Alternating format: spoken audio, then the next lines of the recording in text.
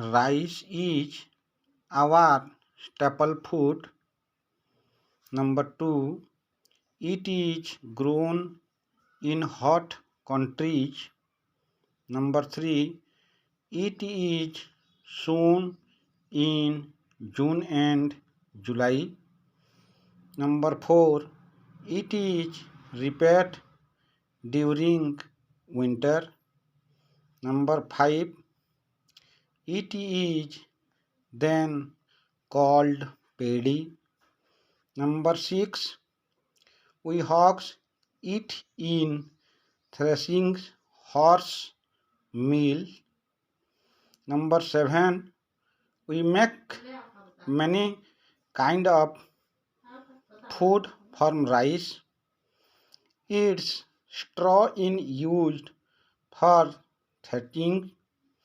Number 9, the straw is also a food for our fuel. Number 10, some people use straw as their fuel. ବର୍ତ୍ତମାନ ଆମେ ଜାଣିବା କଠିନ ଶବ୍ଦର ଅର୍ଥ।